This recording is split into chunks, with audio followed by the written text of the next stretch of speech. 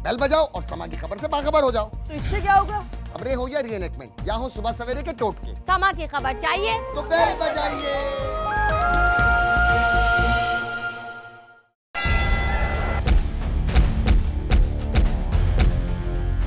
आपका बेटा gold medal जीता है। देख, मैं पूरे मोहल्ले को कैसे बताता हूँ कि मेरा बेटा भी चैंपियन बन गया है। जैसे हो उम्र भर का असासा गरीब का, कुछ इस तरह से मैंने संभाले खत। मेरे अब्बा ने बॉक्सिंग में सिर्फ नाम कमाया, पैसा नहीं कमाया। शाहजी, इन मेडल के मैं आपको सिर्फ 40,000 रुपए दे सकता हूँ। काश हम मुर्दा परस्त नहीं होते तो कुछ ऐसे हजारों लोग ऐसी जिंदगी नहीं गुजार रहे होते।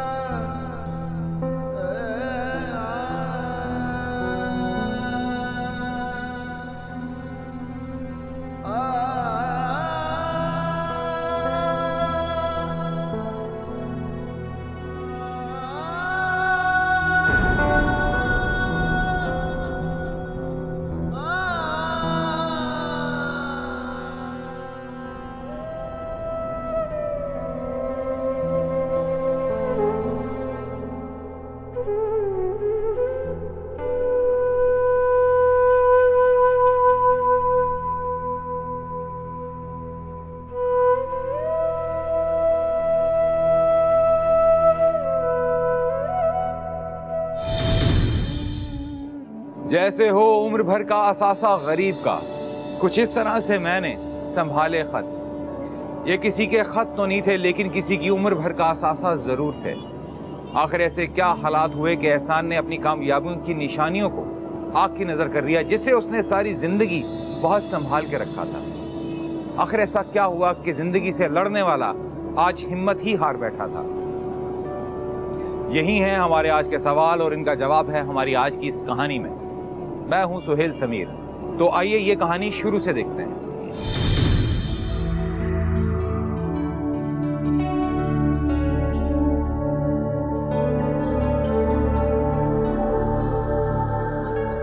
अब्बा, ये देखिए, आपका बेटा गोल्ड मेडल जीता है। अरे वाह, गोल्ड मेडल, जबरदस्त यार, गोल्ड मेडल। जी अब्बा, गोल्ड मेडल। और आपको पता है, आपका बेटा पूरे पाकिस्तान का जूडो कराटे चैंपियन बन गया है और फाइनल में कराची के लड़के को हराया। वो रहता भी डिफेंस में। वाह मेरी जान, तूने तो दिल खुश कर दिया यार। अब देख, मैं पूरे मोहल्ले को कैसे बताता हूँ कि मेरा बेटा भी चैंपियन बन गया। चल चल तू मेरे साथ। अरे अब्बा, अभी नहीं, बहुत थक गया हूँ मैं, थोड़ा आराम करूंगा। अरे हाँ यार, तू इस्लामाबाद से अभी भी आया और मैं तुझे मोहल्ले में घुमाने की बात कर रहा हूँ। ठीक है, तू ऐसा कर, तू आराम कर, फ्रेश हो जा, मैं तेरे लिए खाना बनाता हूँ गरम गरम। एक बात कहूँ अब्बा? बोल बेटा। आप बहुत अच्छे हैं। अब ज्यादा बस का मत लगा, जा।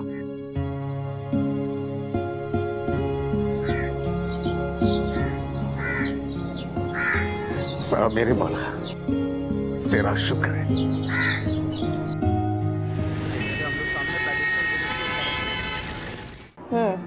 तो जनाब डोमेस्टिक चैंपियन बन गए हैं।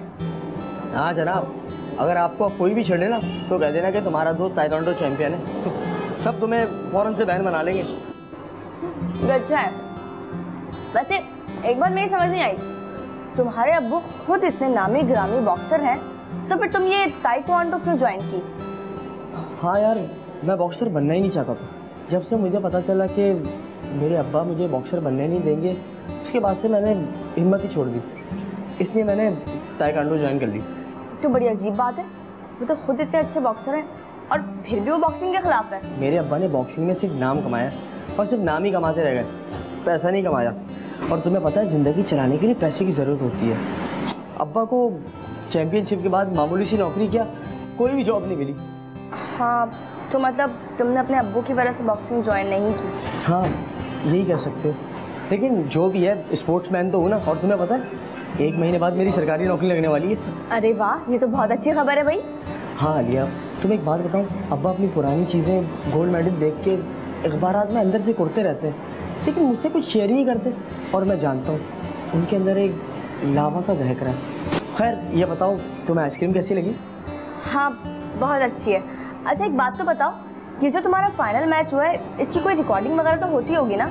पता नहीं, मालूम करता हूँ, अगर हुई तो मैं भी ज़रूर देखूँगा। हाँ ज़रूर।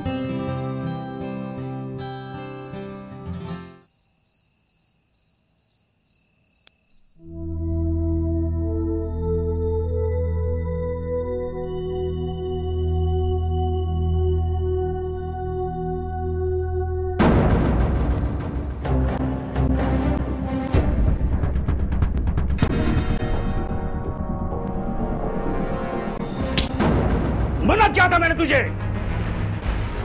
अबू, मैं वो उतार इसे, उतार इसे, उतार, उतार इसे। अगर आज के बाद तूने इनकी तरफ देखा भी तो मुझसे बुरा कोई नहीं होगा। निकल यहां से।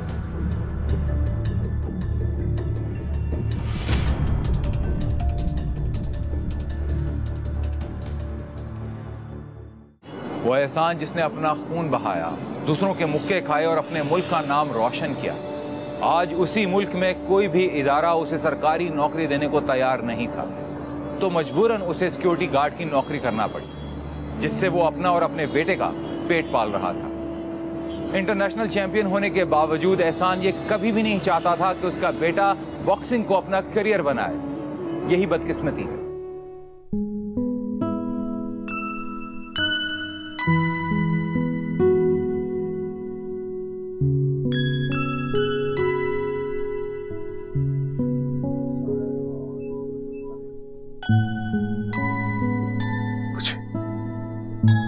मुझे माफ कर देना बेटा, आज मैंने तुझ पर हाथ उठाया है, वो भी इसलिए कि तू मेरी माजी के उस हिस्से में झांकने की कोशिश कर रहा था जो मेरी जिंदगी की सबसे बड़ी कामयाबी भी है और सबसे बड़ी नाकामी भी। वो मेरा एहसास जिससे मैं सबसे ज्यादा मोहब्बत करता हूं और सबसे ज्यादा नफरत भी।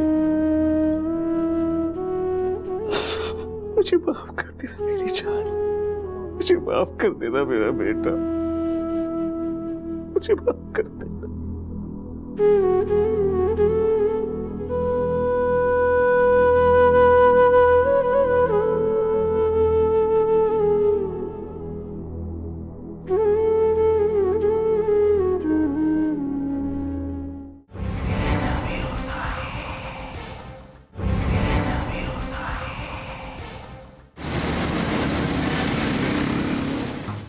बेटा आप बहुत खुशनसीब हो जो आपकी तालीम मुकम्मल होने से पहले ही आपको जॉब ऑफर हो रही है। वरना यहाँ पर तो कई लोग ऐसे हैं जो डिग्रियां हाथ में लेकर खड़े रहते हैं लेकिन उनको नौकरी नहीं मिलती है। शुक्रिया सर, मैं आपका एहसान कभी नहीं भूलूंगा।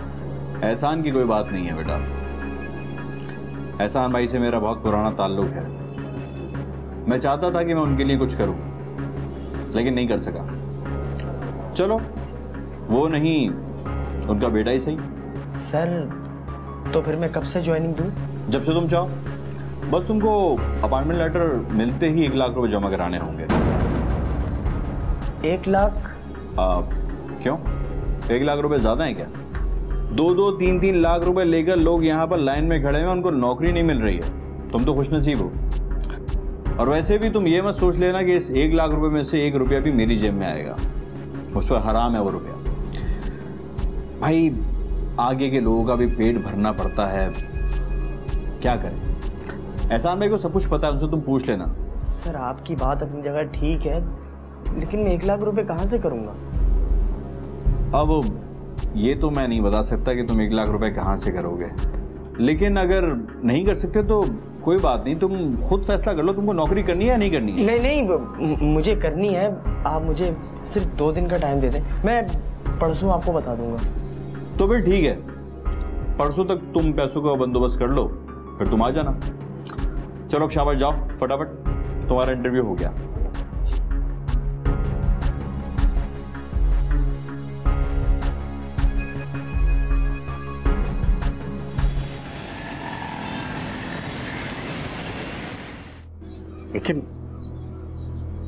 लेकिन बेटा ये 1 लाख रुपए हम कहाँ से ला कर देंगे? अप्पू, लोगों को इस नौकरी के लिए 3-3 लाख रुपए देने पड़ रहे हैं। मेरे पास स्पोर्ट कोटा है, इसलिए मुझे रियायत मिल रही है। बेटा 1 लाख रुपए की रकम कम नहीं होती है, मैं कहाँ से लाऊंगा? अप्पू, एक नाम है आपका, क्या आप अपने बेटे की नौकरी के लिए किसी से 1 लाख रुपए उधार नहीं ले सकते? बेटा गरीब को सिर्फ ताने मिलते हैं या हकारत में लिपटी हुई भीख। अरे उधार तो उन लोगों को मिलता है बेटा जिन्हें उधार की जरूरत नहीं होती है। फिर क्या फायदा हुआ आपके इंटरनेशनल चैंपियन बनने का? सारी जिंदगी मुल्क का नाम रोशन करते रहे और आज अपने बेटे को एक सरकारी नौकरी पे नहीं लगा सकते। सही कह रहा है तू, सही कह रहा बेटा। जो खुद अपने लिए एक सरकारी नौकरी नहीं ढूंढ सका, वो अपने बेटे को क्या सरकारी नौकरी दिलाएगा? बेटा तू सही कह रहा है। आप क्यों अफसोस कर रहे हैं? गलती आपकी नहीं, गलती तो उन लोगों की है जो आप जैसे लोगों के मरने के बाद आपके बिछड़ने का अफसोस करते हैं और उनके जीते जी उनके बारे में सोच भी नहीं सकते।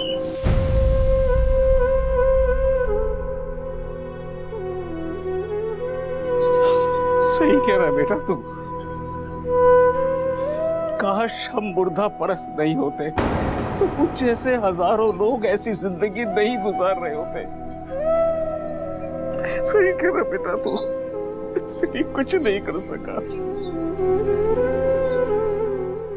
आज एक बेटा अपने बाप से कह रहा था कि आपने जिस मुल्क का नाम रोशन किया, आज उसी मुल्क में आपका नाम तक कोई नहीं जानता। आप एक सिक्योरिटी गार्ड की नौकरी कर रहे हैं, सिर्फ एक सिक्योरिटी गार्ड। हसन जिस नौकरी का ख्वाब देख रहा था, उस नौकरी और हसन में 1 लाख रुपए के पुल का फासला था। 14,000 रुपए कमाने वाले सिक्योरिटी गार्ड के लिए 2 दिन में 1 लाख रुपए जमा करना जुए शेर लाने के मुतरादिफ था, लेकिन मरता क्या ना करता। जी एहसान साहब, पैसे लेकर आ गए आप? पैसे तो मैं नहीं लाया। तो फिर आप यहाँ पर क्यों आए? सर मैं आपके पास एक दरखास्त लेकर आया हूँ सर। देखिए मेरे साथ जो हुआ सो हुआ, प्लीज मेरे बच्चे के साथ ऐसा ना कीजिए। मैं आपके आगे हाथ जोड़ता हूं। देखें एहसान साहब, मैं जो कर सकता था मैं वो सब कुछ कर चुका। एहसान साहब, आपका दौर नहीं है ये। अरे आपके दौर में तो 50,000 रुपए में भी नौकरी मिल जाती थी, लेकिन अब नहीं। अब तो लोग 3-3, 4-4 लाख रुपए लेकर हाथ में खड़े हुए हैं, लाइन लगी हुई है और नौकरी नहीं मिल रही उनको। मैं जो कर सकता था वो मैं कर चुका हूँ आपके लिए। अब अगर आपके पास लाख रुपए भी नहीं हो रहे तो बहुत मुश्किल हो जाएगा। अरे किसी से पकड़ लें, उधार ले लें। लोग तो सिर्फ मशवरा देते हैं, जैसे आप दे रहे हैं। उधार कौन देगा मुझे? उधार कौन देगा मुझे?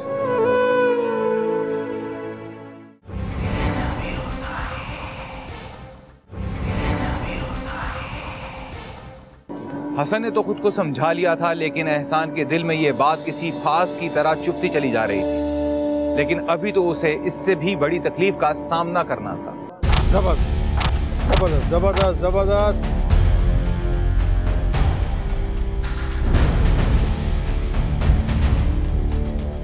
अरे एहसान शाह तो माँ हो। क्या हाल है मैनेजर साहब? क्या हाल है? बड़े अरसे के बाद आना हुआ, खैरियत तो है? पतंग चाहे कितनी ऊंची उड़ जाए, लेकिन टूट कर या कट कर नीचे ही गिरती है। और उसको उड़ाने वाले, ऊंची उड़ान पे पहुंचाने वाले वो हाथ होते हैं जो जमीन पर होते हैं। जब पतंग कट जाती है सब कुछ खत्म। और तुम तो जानते हो मैंने बॉक्सिंग के अलावा कुछ भी नहीं सीखा, कोई काम नहीं आता। सही कह रहे हो। क्या दोबारा से बॉक्सिंग शुरू करने का इरादा हो गया क्या? नहीं नहीं, ऐसी बात नहीं है, लेकिन क्या करूं, उम्र भी तो बहुत हो गई ना। तो फिर यहाँ क्या लेने आ गया मेरा भाई? मौका, सिर्फ एक मौका। एक मिनट, मौका मैं समझा नहीं। याद है तुमने 4 साल पहले मुझे कहा था कि हाँ यार, क्यों नहीं। मैं तो खुद से यही चाह रहा था। अगर 4 साल पहले तुमने मेरी बात मान ली होती ना, तो आज हम 1-2 मेडल ले चुके होते, वो भी गोल्ड के। अच्छा ये बताओ कि अब तो अच्छे खासे पैसे मिलते होंगे? अरे एहसान शाह, अब तो पिटने के भी पैसे मिलते हैं। वक्त बहुत बदल गया है। जबरदस्त जबरदस्त, बहुत जबरदस्त। अब मेरा चैंपियन आ गया एहसान शाह। जबरदस्त जबरदस्त जबरदस्त। ये एहसान शाह है।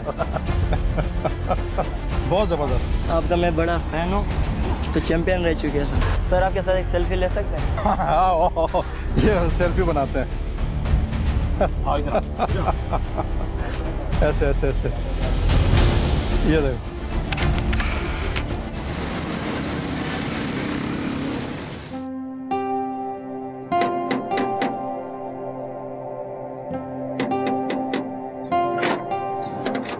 अरे अब्बा आप, अस्सलाम वालेकुम। वालेकुम सलाम बेटा।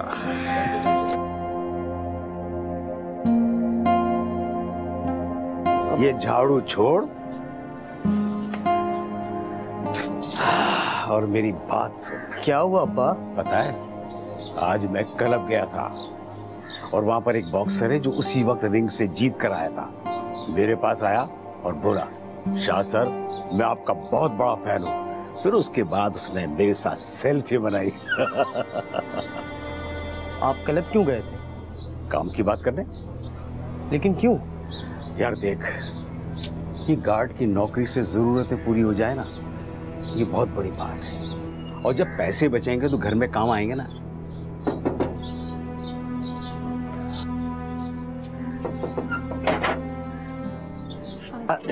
आलिया तुम आओ। अस्सलाम वालेकुम। वालेकुम बेटा। अब्बा ये मेरी दोस्त है आलिया, मेरे साथ कॉलेज में पढ़ती है। अच्छा अच्छा, जीते रहो बेटा। वो मैं करीब में ही अपनी खाला के घर आई थी, तो सोचा तुम्हारा घर भी देखती चलूं। ठीक है बेटा, तो बैठो ना, चाय पियोगी या बोतल ले आऊंगा? अरे नहीं नहीं अंकल, इसकी कोई ज़रूरत नहीं है, मैं तो बस ऐसे ही आ गई थी, फिर कभी सही। अरे ऐसे कैसे बेटा, हसन छोड़ाएगा तुम्हें, तो बैठो। हाँ बाप, मैं छोड़ देता हूँ। जी छोड़ दे जाके। चलो मैं छोड़ देता हूँ। अच्छा बात सुन। जी अब्बू। साथ पढ़ती है, दोस्त वोस्त नहीं है? हाँ अब्बू, दोस्त है मेरी। सिर्फ दोस्त है? अब्बा अच्छा अच्छा, जा छोड़ा छोड़ा छोड़ा, ऐसे पूछ रहा।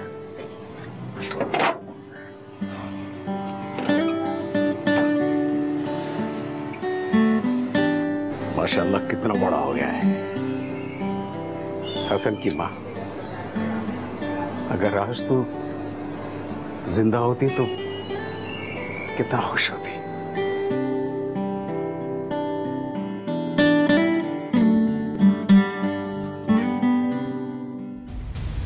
तुम्हारे डैड भी बहुत अच्छे। हाँ भाई चैंपियन, बहुत मजे आ रहे हैं ना तेरे। ये क्या बदतमीजी है, हटो रास्ते से। तुम? हाँ मैं, आज तेरी वजह से मैं डोमेस्टिक चैंपियन नहीं बन सका। 2 कौड़ी के सिक्योरिटी गार्ड की औलाद। छोड़ो उसे, छोड़, क्या कर रहे हो, छोड़ो उसे। हसन, अरे हसन बचाओ, कोई है, छोड़ो उसे।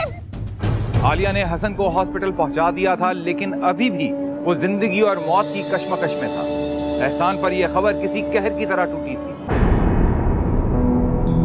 बेटा, मेरा बेटा।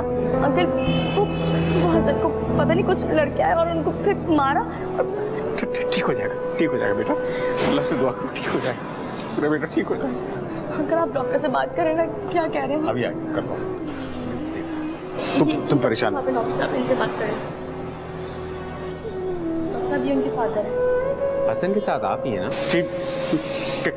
कैसा मेरा बेटा? हेड इंजरी आई है और जिस्म की 4 हड्डियां टूट गई हैं। सबसे बड़ा इशू ये है कि उसकी ब्लीडिंग नहीं रुक रही। मैंने पुलिस को इन्फॉर्म कर दिया है। आप एक काम करें, काउंटर पे जाके कुछ एडवांस जमा करवा दें। जी कितना एडवांस? फिलहाल 60,000 रुपये जमा करवा दें, बाकी जो होगा हम आपको बता देंगे। 60,000? ठीक है डॉक्टर साहब, मैं जमा करवा दूंगा। आपसे मेरे बेटे का इलाज कीजिए। मैं अभी बंदोबस्त करके आता हूँ डॉक्टर साहब, आप इलाज कर दीजिए, मेरे बेटे को बचा लीजिए। ठीक है, हम इलाज शुरू करते हैं। बेटा मैं पैसे लेकर आ रहा हूँ, ठीक है? तुम परेशान मत होना, सब ठीक सब।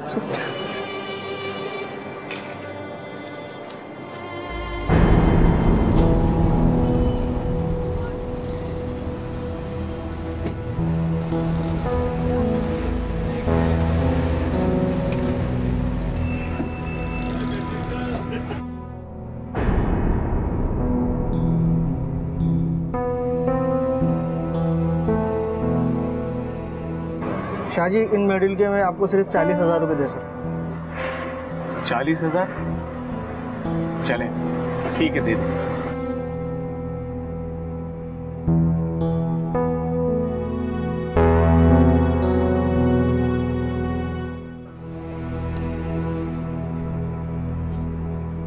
हाँ, तुम कुछ कह रहे थे?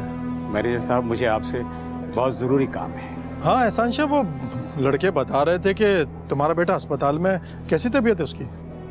अभी ठीक नहीं है। मैं इसी सिलसिले में तुम्हारे पास आया हूँ।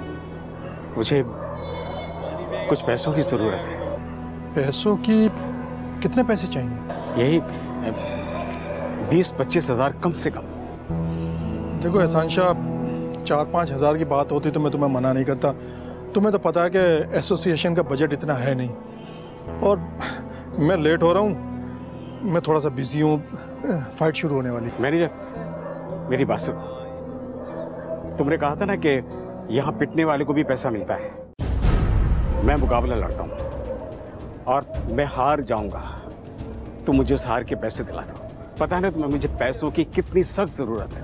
एहसान शाह, मैं तुम्हें मना नहीं करता, लेकिन मेरे बस में नहीं है। और रही बात पैसे लेके हारने की, तो वो ऐसे नहीं होता। इस रिंग में जो है ना, जो खिलाड़ी मारता है ना, वो अगर हारना चाहे तो उसको पैसे मिलते हैं, और हारने से पहले तुम्हें इस रिंग में जीतना होगा, फिर कहीं जाके कोई तुम पे पैसे लगाएगा। मैनेजर साहब, आपको पता है ना कि इस रिंग में मैंने कितनों को मारा है, कितने मुकाबले मैंने जीते हैं, पता है ना आपको? एहसान शाह, वो बात पुरानी हो गई, जब मिर्जा जी फाख्ता उड़ाते थे। आज की बात करो, आज की। ठीक है, आज का मुकाबला मैं लड़ूंगा और जीतूंगा। कितने पैसे मिलेंगे? 30,000, मगर जीतने के। मुझे मंजूर है। एहसान शाह, क्यों अपनी हड्डियों पे जुल्म कर रहे हो? ये कालिया है ना, बहुत जालिम है। ये तुम्हारी हड्डियों का सुरमा बना देगा, सुरमा। मैनेजर साहब, अगर मेरी हड्डियों का सुरमा बेचकर भी मेरे बच्चे की जान बच जाएगी ना, तो घाटे का सौदा नहीं। आप ऐलान कर दें, मैं लड़ूंगा। ठीक है, जैसे तुम्हारी मर्जी।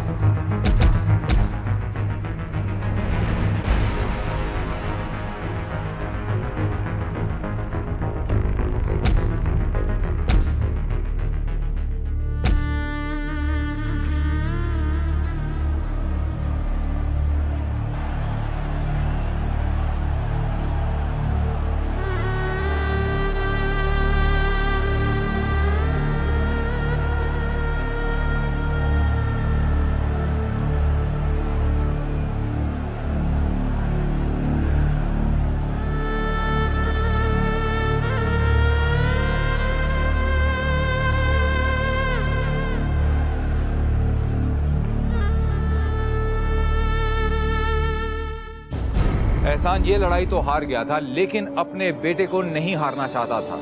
वही तो उसका कुल असासा था। वो उसी जख्मी हालत में हॉस्पिटल दौड़ा जहां उसका बेटा जिंदगी और मौत की लड़ाई लड़ रहा था।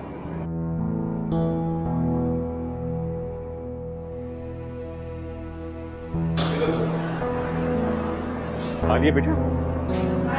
हसन, ये क्या हुआ आपको? किसी से झगड़ा हुआ क्या? खुद से लड़कर आ रहा हूं बेटा। ये समझो कि मैं हार कर आ रहा हूं। मेरा बेटा कैसा? बेहोश है लेकिन खतरे से बाहर है। या अल्लाह, तेरा लाख लाख शुक्र है परवरदिगार, तूने बड़ा करम किया मेरे, बड़ा करम किया। अरे ये आपको क्या हुआ है? कुछ नहीं डॉक्टर साहब, ये भी एक हादसा है, लेकिन रूह की चोटें ज्यादा तकलीफ पहुंचाने। आपका बहुत शुक्रिया डॉक्टर साहब, आपने मेरे बच्चे की जिंदगी बचाई।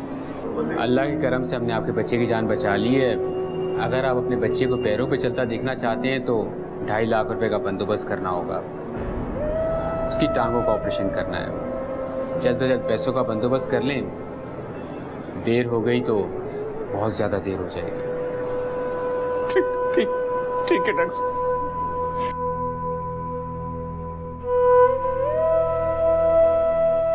इसके बाद जो कुछ हुआ वो आप देख चुके हैं। आइए एहसान का टूट के बिखरना आपको एक बार फिर से दिखाते हैं।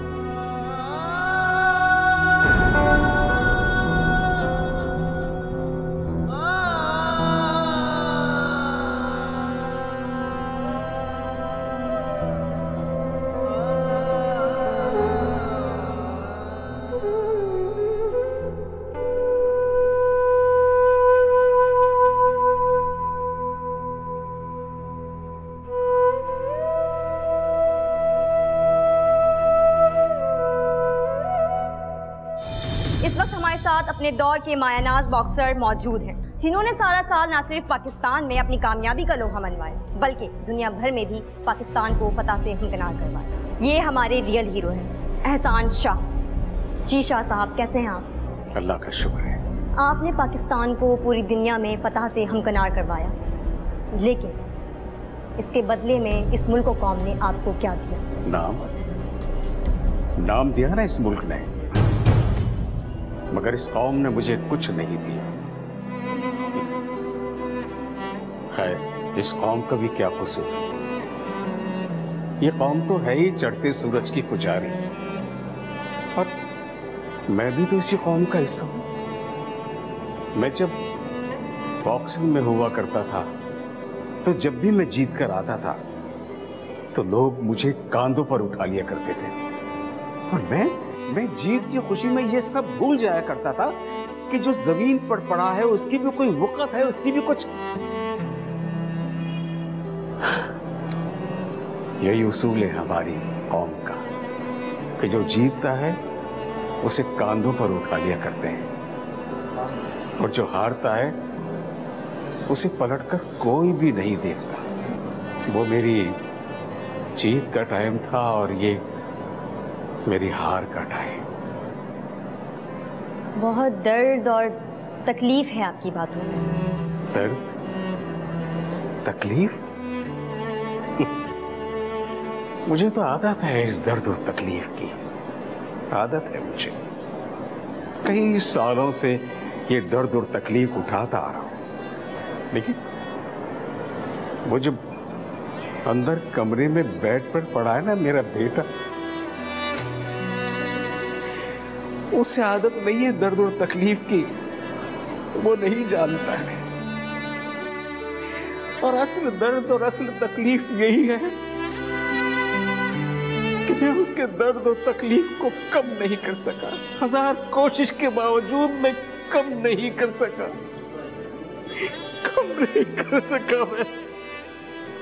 हाजरीन, एहसान शाह के बेटे को डोमेस्टिक चैंपियनशिप की ये सज़ा मिली है कि उसकी हड्डियों को चकनाचूर कर दिया गया है। डॉक्टर ने कहा है कि अगर उसका ऑपरेशन नहीं किया गया तो वो ज़िंदगी भर अपने पैरों पर नहीं चल सकता और उसके ऑपरेशन के लिए एक खतीर रकम की ज़रूरत है।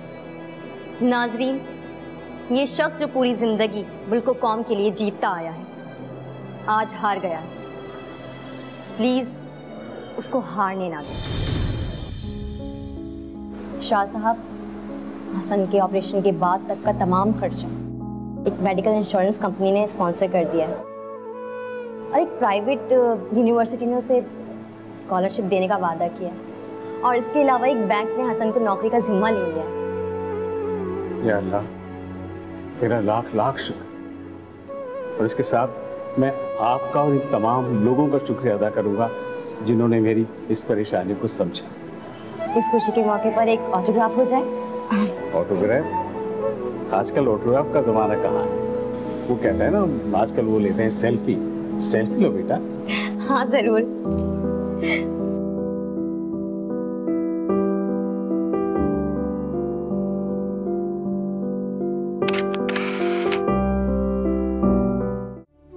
जब इंसान की सारी उम्मीदें टूट जाती हैं तभी अल्लाह की जात एक नई उम्मीद की किरण रोशन करते हैं जो इंसान के चारों तरफ उजाला कर देती है। कहते हैं कि हम मुर्दा परस्त लोग हैं, किसी के मरने के बाद उसकी शान में कसीदे गाते हैं। लेकिन क्या ही अच्छा होता कि हम एहसान और इस जैसे बेशुमार लोग जिन्होंने मुल्क व कौम की खिदमत की है उन्हें उनकी जिंदगी में ही वो मुकाम और वो मर्तबा दे दें जिनके वो हकदार होते हैं। लेकिन बदकिस्मती से हमारे मुल्क में एहसान और इस जैसे बेशुमार लोगों के साथ ऐसा भी होता है।